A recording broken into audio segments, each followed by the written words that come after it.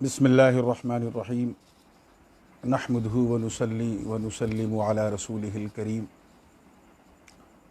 اما بعد فاعوذ باللہ من الشیطان الرجیم بسم اللہ الرحمن الرحیم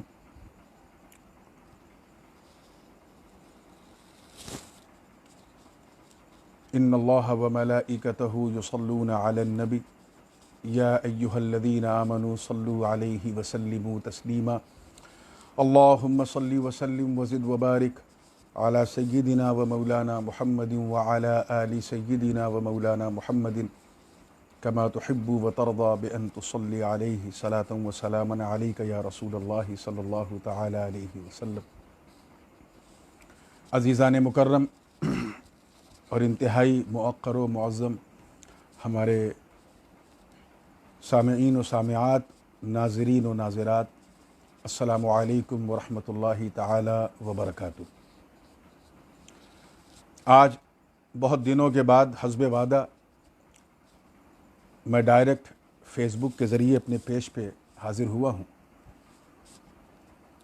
اور یہ وعدہ کیا تھا کہ کچھ عید کے حوالے سے گفتگو ہوگی۔ حالانکہ آج کہیں سے چاند کی کوئی تصدیق نہیں ہوئی ہے، اور جہاں جہاں سے میں نے رابطہ قائم کیا یا لوگوں نے مجھ سے رابطہ قائم کیا،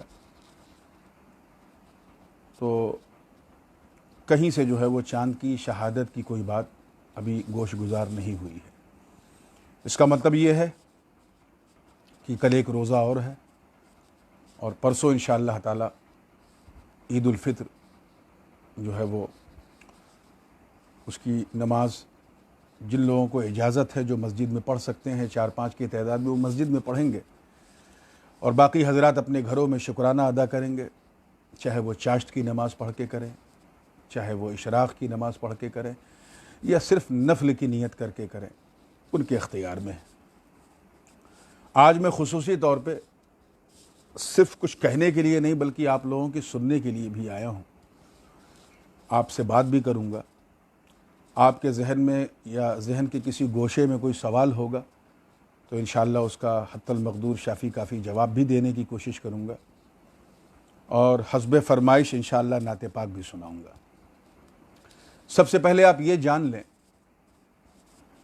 کہ یہ جو رمضان ہم نے گزارا ہے اس سال، یہ عام رمضان یا ہر سال جیسا رمضان نہیں تھا۔ اس رمضان نے ہمیں یہ سکھایا ہے کہ ہم تمام آرائش اور تمام زیبائش سے اپنے آپ کو تنہا کر کے، اور اس بھاگتی دنیا سے اپنے آپ کو بالکل الگ تھلگ کر کے، اپنے گھروں میں قید ہو کر ہم اللہ اور اس کے رسول کی خوشنودی کس طرح حاصل کر سکتے ہیں۔ قابل مبارکباد ہیں وہ تمام لوگ جنہوں نے اس رمضان میں سوشل میڈیا کے ذریعے اسلام اور سنیت، معرفت و حقیقت کا مکمل پیغام دینے کی کوشش کی اور دے رہے ہیں۔ الحمدللہ یہ فقیر بھی گاہے بگاہے آپ سے روبرو ہوتا رہا، اور آپ حضرات کا بھی بہت شکر گزار ہوں کہ آپ نے اپنا وقت نکال کر کے مجھے سنا بھی، شیئر بھی کیا، اور لوگوں کو سننے کا موقع بھی دیا۔ میں جانتا ہوں کہ اس وقت کافی لوگ جڑ چکے ہیں، اس لیے میں بلا کسی تاخیر کے جس عنوان پہ مجھے گفتگو آج کرنی ہے اسے شروع کرتا ہوں۔ یاد رکھیں کہ عبادات میں کچھ عبادتیں ایسی ہیں جن کا بدل ہے، اور کچھ عبادتیں ایسی ہیں جن کی قضا تو ہے لیکن بدل نہیں، اور کچھ عبادتیں ایسی ہیں جن کا نہ بدل ہے نہ قضا ہے۔ جمعہ اور عیدین یہ ایسی عبادات ہیں جن کا نہ کوئی بدل ہے اور نہ ہی ان کی کوئی قضا ہے، اور وہ اس لیے کیونکہ یہ جزا کے طور پہ ہے۔ ان رمضان کے 30 دنوں کے روزہ رکھنے والوں کو اللہ تعالیٰ نے بطور ریوارڈ یہ دن عطا فرمایا ہے، اور اس طرح عطا فرمایا کہ حدیث پاک ہے، سرکار نے فرمایا کہ اس دن روزہ رکھنا حرام ہے، عید کے دن۔ اور حرام اس لیے ہے کیونکہ یہ دن اللہ کی میزبانی کا دن ہے، اس کے سارے بندے اس کے مہمان ہیں، روزے دار سارے مہمان ہیں، اور میزبان جو ہے وہ پروردگار عالم ہے۔ تو اب اگر کسی نے روزہ رکھا تو بلفظ دیگر وہ اللہ کی میزبانی سے معاذ اللہ ثم معاذ اللہ انحراف کر رہا ہے، جس کی وجہ سے اللہ کے رسول صلی اللہ علیہ وسلم نے عید کے دن روزہ رکھنے کو حرام فرمایا ہے۔ اسی لیے لوگ کمال احتیاط کے ساتھ عید کا چاند بھی دیکھتے ہیں۔ یہ اہتمام اس لیے نہیں لوگ کرتے کہ چلو چاند دکھ جائے تو ہم مارکیٹ میں نکلیں اور یہ کریں وہ کریں، ٹیلر سے کپڑا لیں اور دوسرے دن جو ہے جشن منائیں۔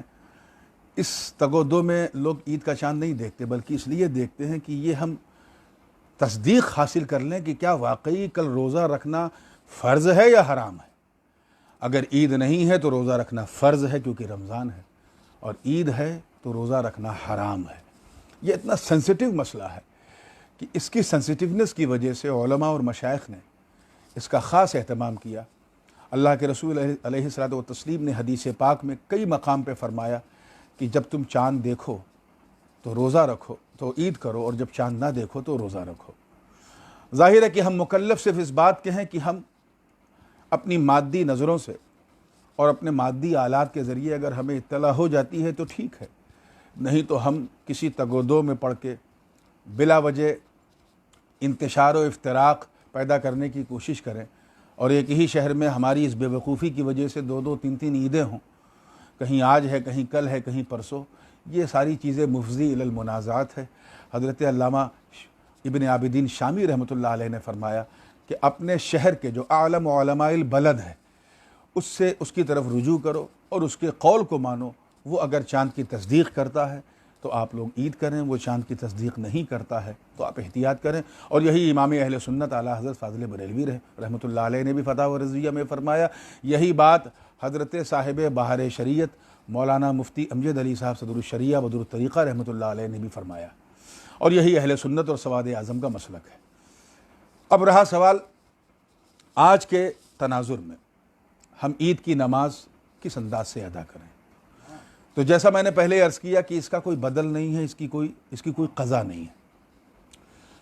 مجھے جیسا کہ علم ہوا ہے، عرب کے کچھ ممالک میں 50 لوگوں کو اجازت حکومت نے دیا ہے مسجد میں، کچھ ممالک میں 30 لوگوں کو اجازت ہے، کچھ ممالک میں 10 لوگوں کو اجازت ہے، اور ہمارے ملک میں 5 لوگوں کو اجازت ہے کہ 5 لوگ جیسے جمعہ کی نماز پڑھتے ہیں ویسے ہی عید کی نماز۔ اب ان 5 لوگوں کا تخصص کس طرح سے ہو، ان کے لیے اذن عام کے شرائط کیا ہیں، وہ اس پر تفصیلی گفتگو پہلے کے دروس میں ہو چکی ہے۔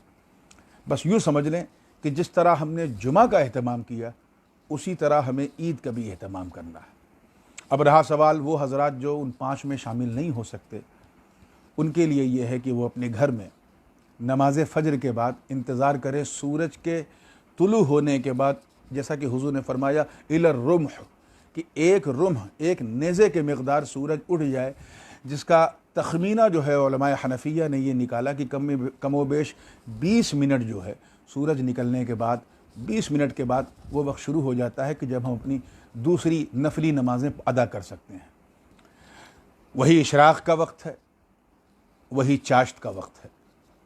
آپ چاہیں اشراق پڑھیں چاہے چاشت پڑھیں، چاشت اگر پڑھ رہے ہیں تو 4 رکعت میں پڑھنا ہے ایک ہی سلام کے ساتھ، 2 کر کے پڑھنے کی ضرورت نہیں، یا آپ 2 رکعت بطور شکرانہ پڑھ سکتے ہیں۔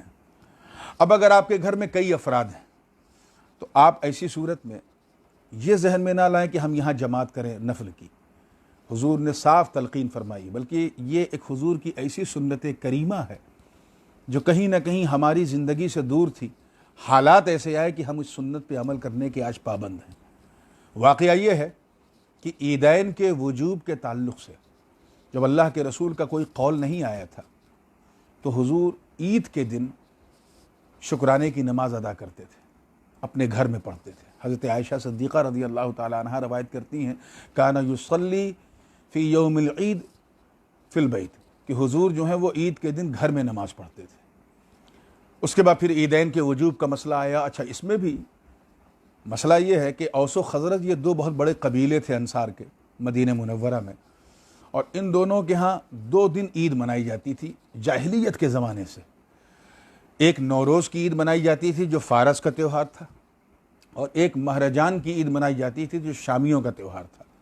اور یہ دونوں تہوار رشتہ داریوں کی وجہ سے کہیں نہ کہیں جزیرۃ العرب میں بھی داخل ہو گئے، اور انصار اسے بڑی تو اس کو احتشام کے ساتھ کرتے تھے، اور اس میں بڑی بدعات، بڑے منکرات اور بہت ہی غیر شرعی چیزیں، اس میں ڈھول تاشے نگاڑے، کھیل کود، بکروں کو لڑانا، مرغوں کو لڑانا، جانوروں کو لڑانا، اس طرح کی جاہلانہ رسم ہوتی تھی۔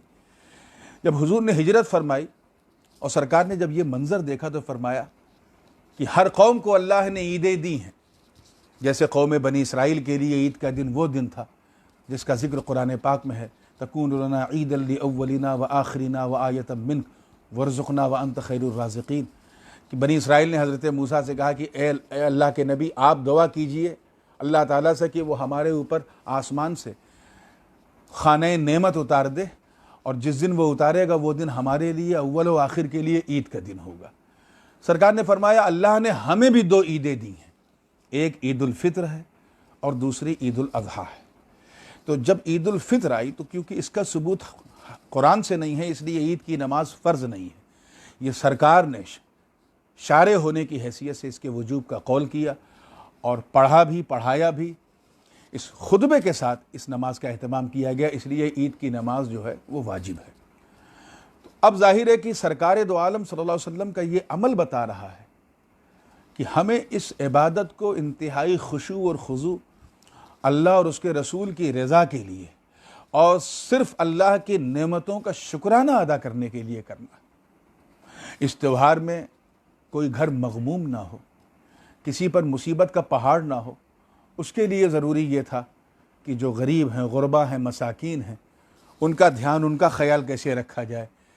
تو اللہ کے رسول صلی اللہ علیہ وسلم نے اس کے لیے صدقہ فطر کہا۔ صدقہ فطر جو ہے وہ نماز پڑھنے سے پہلے ہی ادا کر دینی چاہیے، عید کے وقت شروع ہونے سے پہلے ادا کر دینی چاہیے۔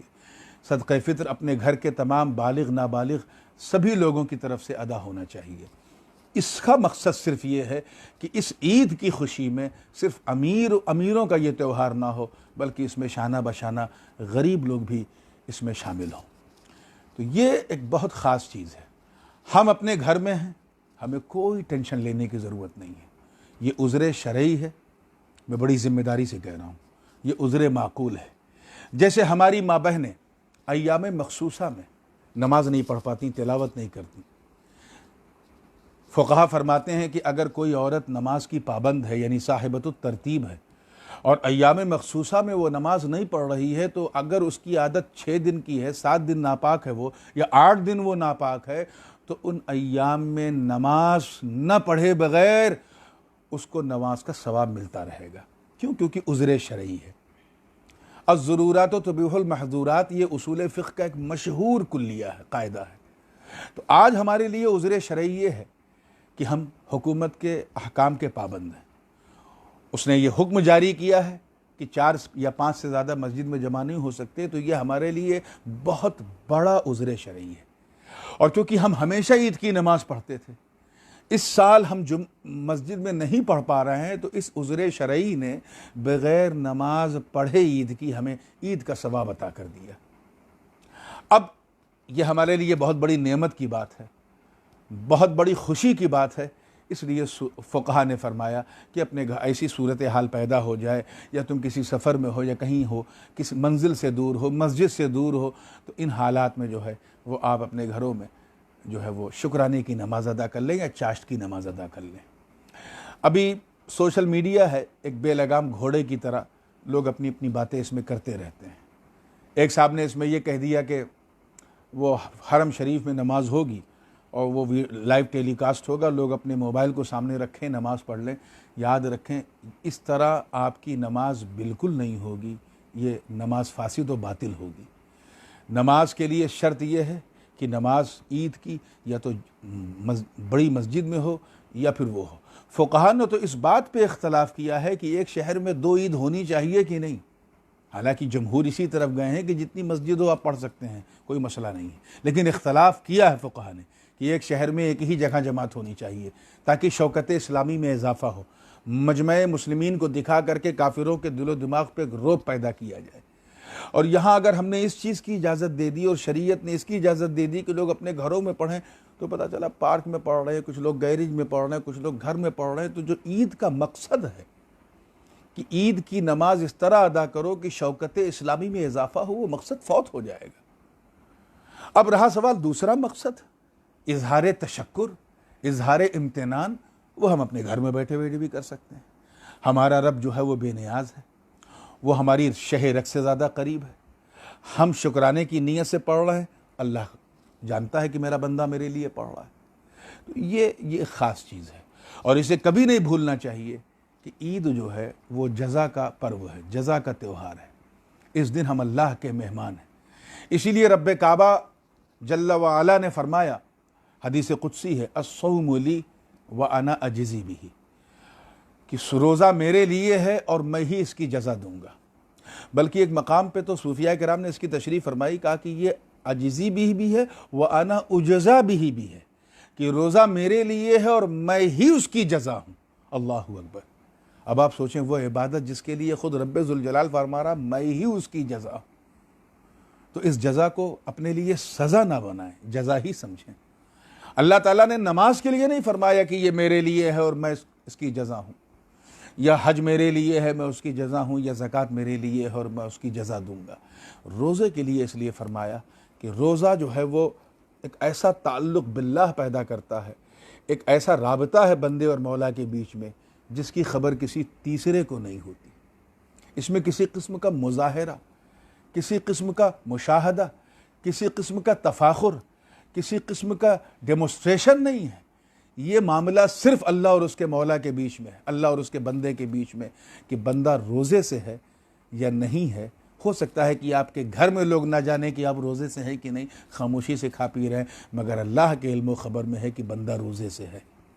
تو اس لیے اللہ پاک نے فرمایا کہ یہ خالصاً لوجہی، یہ صرف میری ہی لیے کیا جاتا ہے، میری ہی رضا کے لیے کیا جاتا ہے، اس لیے میں اس کی جزا دوں گا۔ اور اللہ پاک نے کس طرح جزا دی کہ تم چاہے جتنے روزے رکھو، سال کے 360 دن روزے رکھو، لیکن 5 دن ایسے ہیں جن میں روزے نہیں رکھنے دوں گا، اور ان 5 دن میں ایک دن میرے دوستوں عید الفطر کا بھی ہے، کہ اللہ تعالیٰ نے اس میں حرام فرمایا، اللہ تعالیٰ کی طرف سے حرام ہے۔ اللہ کے رسول نے فرمایا کہ اس دن روزہ رکھنا حرام ہے۔ تو یہ ایک بہت خاص چیزیں ہیں۔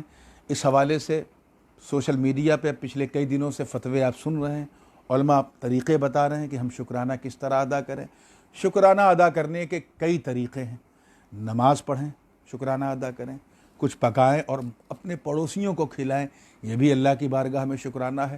صدقہ فطر تو آپ کو دینا ہی دینا ہے، اس کے سوا اگر آپ کچھ اپنے احباب اور ضرورت مندوں کی مدد کریں، یہ بھی شکرانہ ہے اللہ کی بارگاہ میں، کہ اے اللہ تو نے اس ماحول میں، اس انوائرمنٹ میں مجھے موقع عنایت کیا کہ میں تیری رضا کے لیے روزے رکھوں۔ تو اس کی جزا کے لیے یہ ضروری نہیں ہے کہ آپ سفید سفید نیا کپڑا پہن کر کے ہی جائیں تبھی اس کی جزا کا حق ادا ہوگا۔ یہ موقع ہے میرے دوستو آپ کے لیے، آپ اپنے گھروں میں رہ کر کے شکرانے کی نماز ادا کریں یا چاشت کی نماز ادا کریں، اور اس انداز سے شکرانہ ادا کریں کہ آپ کا پڑوسی بھی عید میں آپ کے شامل ہو، غربا مساکین بھی شامل ہوں، ضرورت مند و حاجت مند لوگ بھی شامل ہوں، اور ہر طرح کی ضرورتیں ان کی پوری ہوتی رہیں۔ اب اگر کسی کے ذہن میں دیکھ رہا تھا، سوالوں پہ نظر تھی، کسی نے کوئی سوال اس حوالے سے ابھی نہیں کیا ہے، پھر بھی اگر کوئی سوال ہے تو میں انشاءاللہ تعالی اسے رات میں اطمینان سے دیکھ لوں گا۔ اب میں حسب فرمائش، کیونکہ ایک اچھی خاصی تعداد لوگوں کی جڑی ہوئی ہے اور عید کا موقع ہے، بس کل ایک روزہ ہے، اس کے بعد اللہ کی مہمانی ہے، اس کی میزبانی ہے، اس کی قدردانی ہے، اس کا احسان ہے، اس کا امتنان ہے، تو اس کی بارگاہ میں شکر ادا کرنا ہے۔ تو آئیے نعت رسول سے صلی اللہ علیہ وسلم سے اس سلسلے کو میں شروع کرتا ہوں، تاکہ آج ہی سے اسی وقت سے ہم تشکر و امتنان کا باب شروع کر دیں۔ درود پاک پڑھنے، اللہم صلی علی سیدنا مولانا محمد وعلی آل سیدنا و مولانا محمد کما تحب و ترضی بان تصلی علیہ صلاۃ و سلام علیک یا رسول اللہ صلی اللہ علیہ وسلم۔ ایک نعت پاک میں ابھی تک مجھے بہت ساری ایسی نعتیں ہیں جنہیں میں نے ابھی مجھے موقع میسر نہیں ہوا ہے کہ میں اس کو پڑھوں یا کہیں سناؤں. آج میرا جی چاہ رہا ہے کہ میں اس نعت پاک کو جو ہے آپ کو سناؤں. میں ذرا تلاش لوں، تب تک ایک مرتبہ اور درود پاک پڑھ لیں.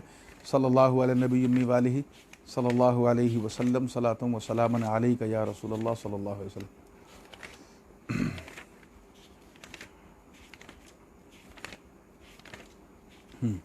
یہ تھوڑا سخت کلام ہے اور اردو ادب کی چاشنی کو گھیرے ہوئے ہے، مگر دیکھیے گا، اگر پسند آئے تو دعا دیجیے.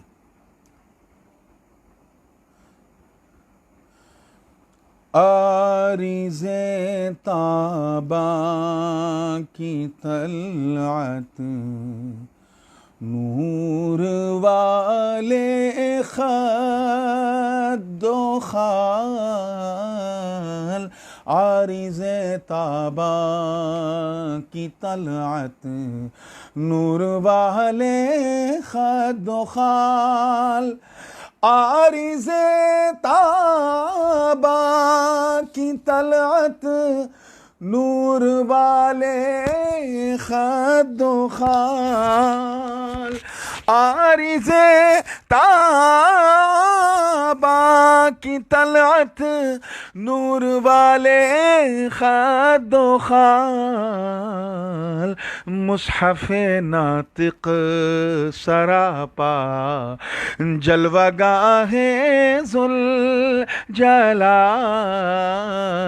مصحف ناطق سراپا جلوہ گاہ ذوالجلال، حسن صوری حسن نوری ہو یا حسن معنوی، حسن صوری حسن نوری ہو یا حسن معنوی، بندے عاجز بیاں کیسے کرے ان کا جمال، بندے عاجز بیاں کیسے کرے ان کا جمال. اور یہ شعر دیکھیے گا بطور خاص کہ طائر سدرا کے لب پر ہے تو چیزیں دیگری،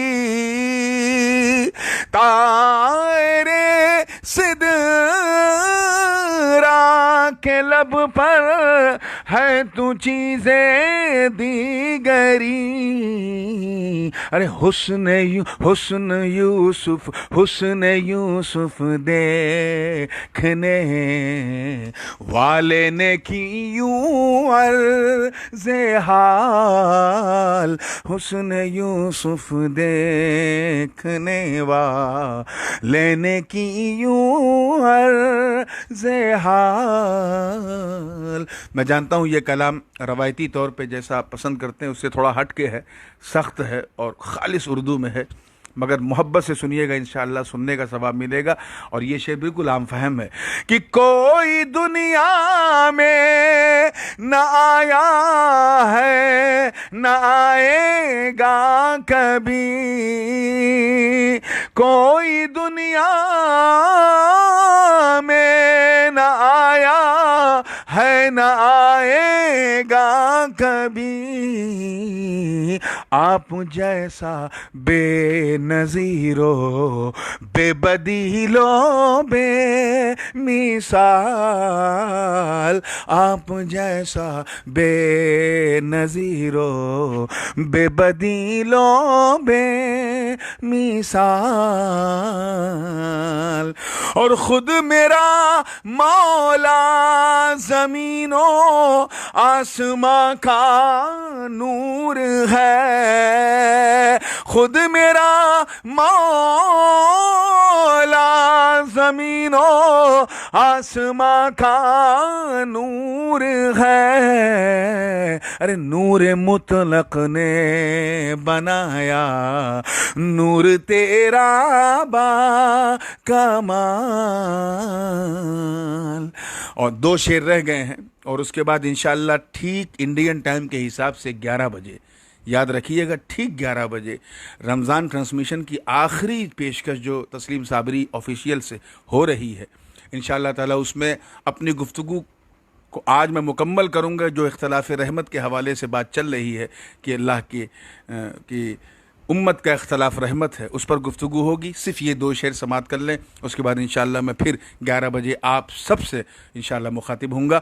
کہ حاملان نور سارے انبیاء ممتاز ہیں، حاملان نور سارے انبیاء ممتاز ہیں، اور امت میں نمایاں ہے تیری نورانی آل، اور امت میں نمایاں ہے تیری نورانی آل.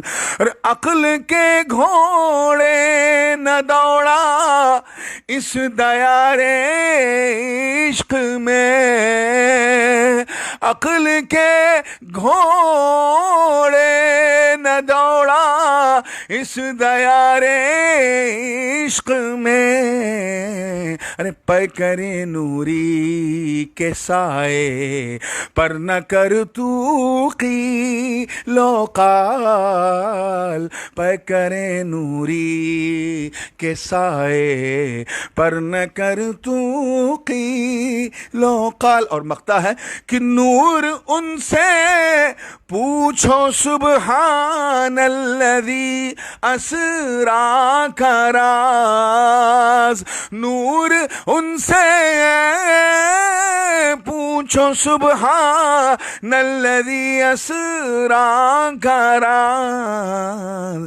آپ کی نورانیت پر کر رہے ہیں جو سوال، آپ کی نورانیت پر کر رہے ہیں جو سوال. میں غور کر رہا ہوں کہ اگر کسی کا موضوع سے متعلق کوئی سوال ہے تو میں اس سوال کو دیکھ لوں. آپ لوگ ابھی کنیکٹ ہی رہیے گا.